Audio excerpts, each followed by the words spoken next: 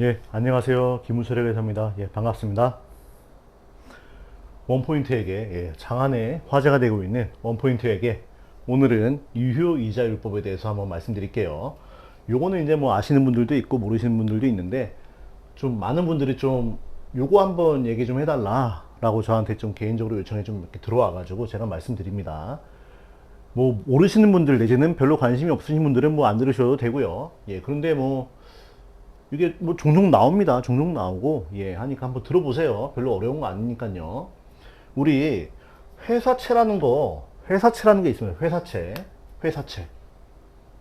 이게 뭡니까? 회사가 자금 조달하는 방법 중에 하나인데요. 우리 기본적으로 재무상태표가 딱 있으면은 자산, 부채, 자본이 있는데 이쪽이 이제 자금 조달 측면입니다. 그쵸? 이쪽 대변 쪽이 요게 이제 타인 자본, 요게 이제 자기 자본인데 요거 자기 자본 조달하는 거를 보통 우리 뭐 증자라는 표현이 쓰죠. 증자, 유상증자. 그쵸? 주식 발행하는 거. 요거는요. 요거는 차입이에요. 차입. 빌리는 거예요. 빌리는 거. 빌리는 형태가 기본적으로 우리 은행에서 대출하는 요게 가장 일반적입니다. 그쵸? 예, 은행 대출인데 우리 요게 이제 유중에 회사채 발행이라는 게 있어요. 사실 본질은 같아요. 남한테 돈을 빌리는 거예요. 근데 근본적인 차이가 있습니다. 뭐냐?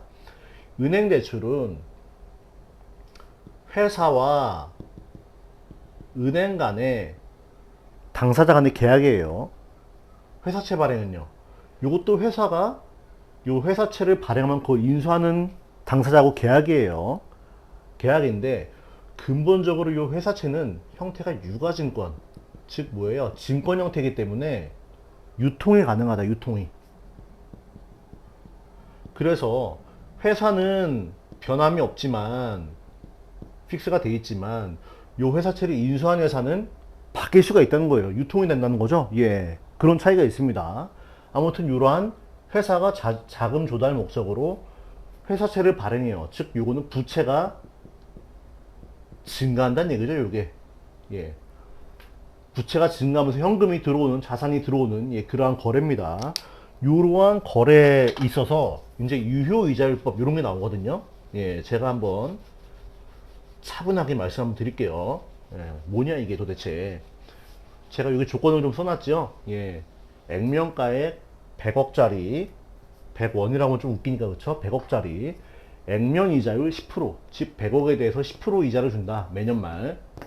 그 다음에 3년 만기 때 원금을 준다라는 이러한 현금 흐름을 가지고 있습니다. 회사채를 발행하면은.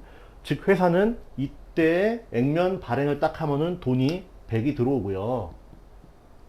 그 다음부터 이게 돈이 나가는 거죠. 그쵸? 3년에 걸쳐서. 이자 나가고 원금 나가고 요럽니다. 요게 가장 기본적인 형태예요. 즉 액면 100, 액면 이자율 10% 이때 액면 발행해서 돈을 100억 땡기고 3년에 걸쳐서 이자 주고 원금 갚는. 그쵸? 지금 요런 상황을 기본적으로 액면 발행이라는 표현을 씁니다. 액면 발행. 즉 뭐냐? 액면 가액만큼 돈을 조달했다. 라는 거예요. 예. 이게 일반적인데, 그런데 예를 들어 상황이 약간 바뀔 수가 있어요. 요런 상황에서 회사가 이제 이렇게 계약서를 쫙 꾸며놨습니다.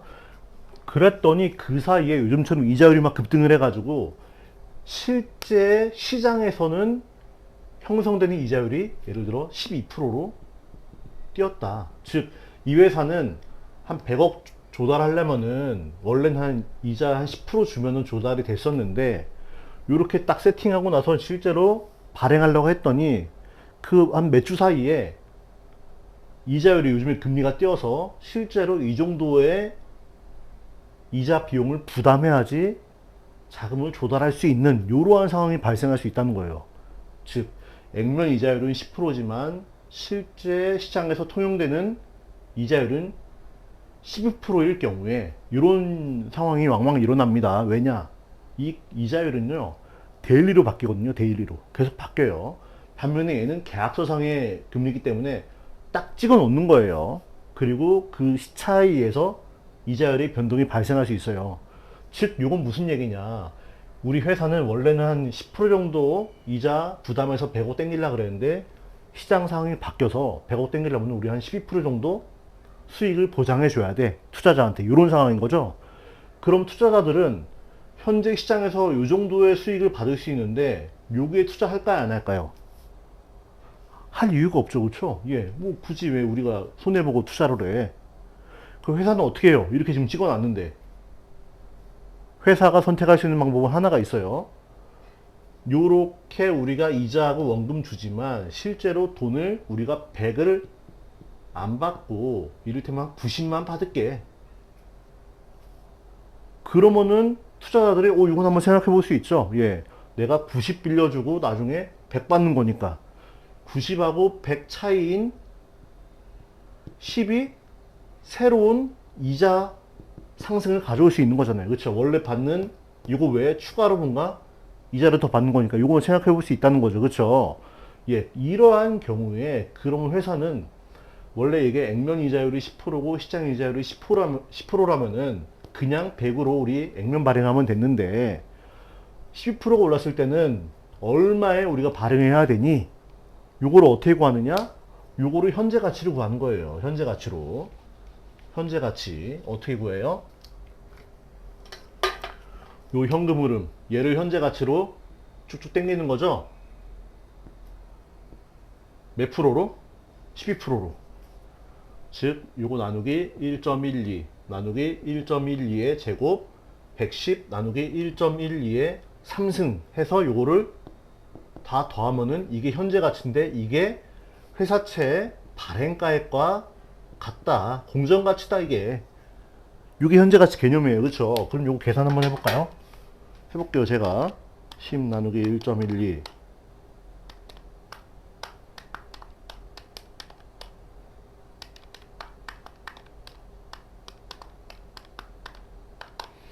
그러면 95가 나오네요. 95.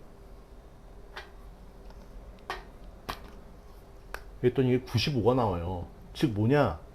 이때 돈을 금리가 12%로 갔을 때는 우리가 돈을 100을 다 못 받고 95만큼만 받는 겁니다. 95만큼만. 예. 95를 받고 하지만 이자는 요 계약서대로 주는 거죠. 그렇죠? 요거에 10%, 10 주고 원금 100 줍니다. 즉 95 빌렸는데 이자는 10씩 주고 원금을 100을 줘야 돼요. 예, 요러한 상황입니다. 요러한 상황에 있어서 우리 유효이자율법이라는 게 나오는 거예요. 즉 그게 뭐냐 컨셉이. 다시 좀 정리할게요. 깔끔하게.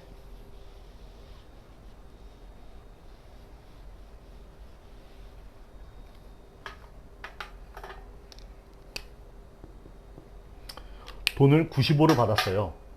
하지만 원금은 나중에 100을 갚아야 돼요. 그쵸? 즉 원금을 95에서 이렇게 조정해서 100으로 맞추는 절차가 하나 일단 필요해요. 갚아야 될 때는 회계적으로. 그리고 우리 이자는 지금 명목상 액면 이자는 10씩 줬지만 우리가 95에 빌려서 100을 갚는다. 요 차이 5 얘도 사실은 이자 아니냐. 요런 컨셉입니다. 그렇죠? 요에도 이자예요. 95를 빌렸는데 100을 갚아요. 얘도 이자 성격이야. 그래서 우리가 이러한 상황에서는 총 이자 비용이 얼마가 되느냐? 3년 걸쳐서 15에서 토탈 이자 비용은 35가 되는 겁니다. 35가.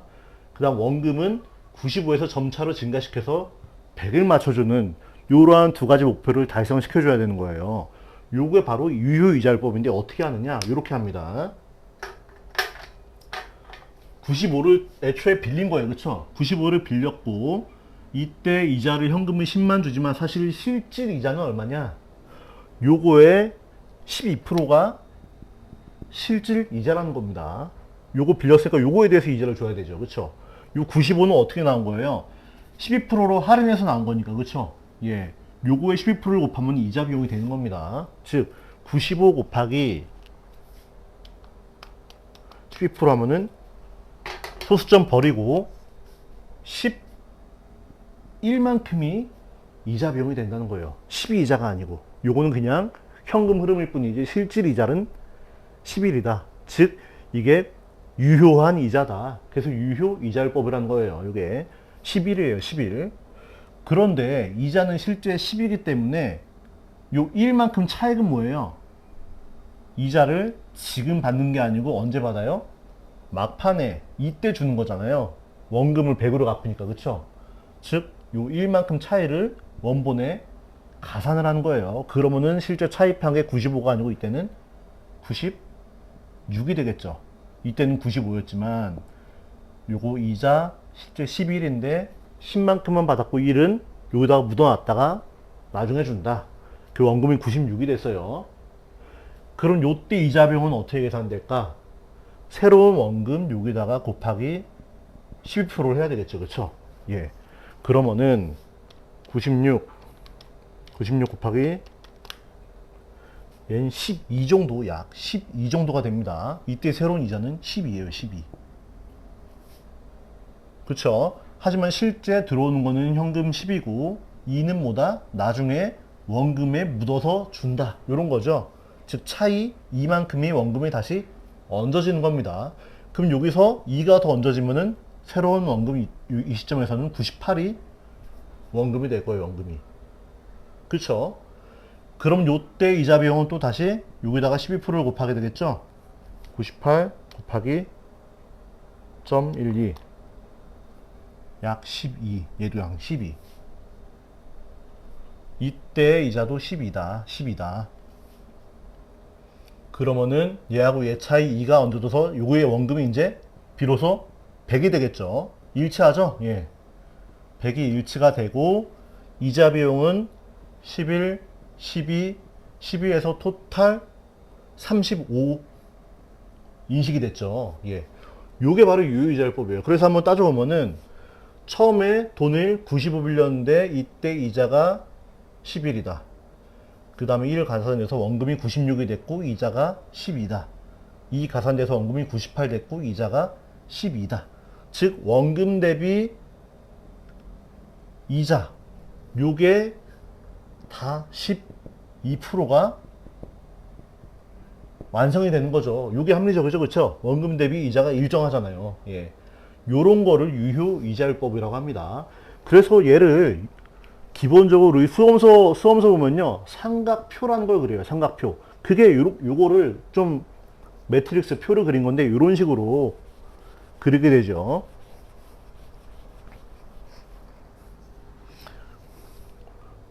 최초에 요거 12%로 할인해서 최초에 원금을 구하고요. 여기다가 12%를 딱 때리니까 10일 나옵니다. 10일.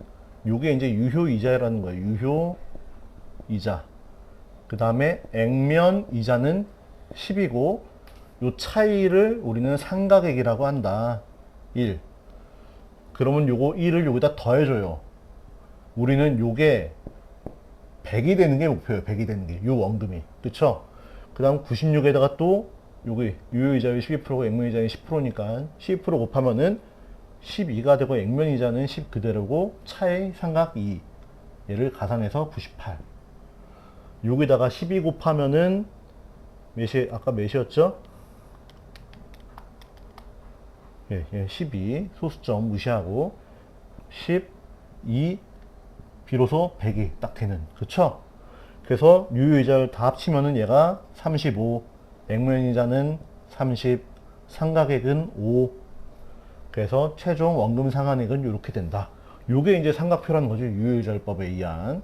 그게 바로 이러한 논리에 의해서 나온 겁니다. 이러한 논리에 의해서. 예.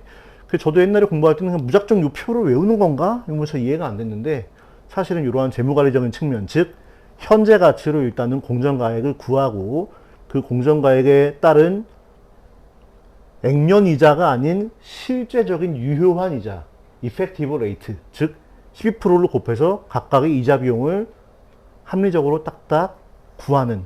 그래서 이 원금 대비 이자가 다 일정하게 12%가 산정이 되죠. 유효이자가. 예. 요렇게 회계 정보를 보여주는 게 적절하다라는 겁니다. 요게.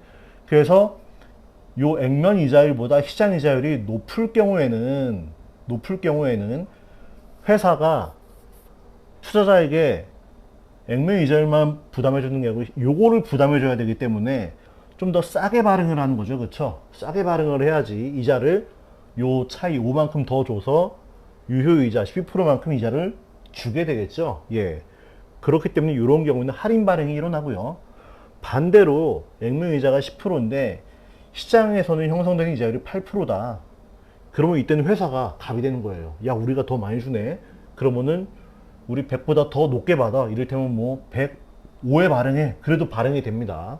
이럴 때는 할증 발행이 돼요. 할증 발행이. 이때는 105에서 출발해서 100으로 맞춰지는 되겠죠.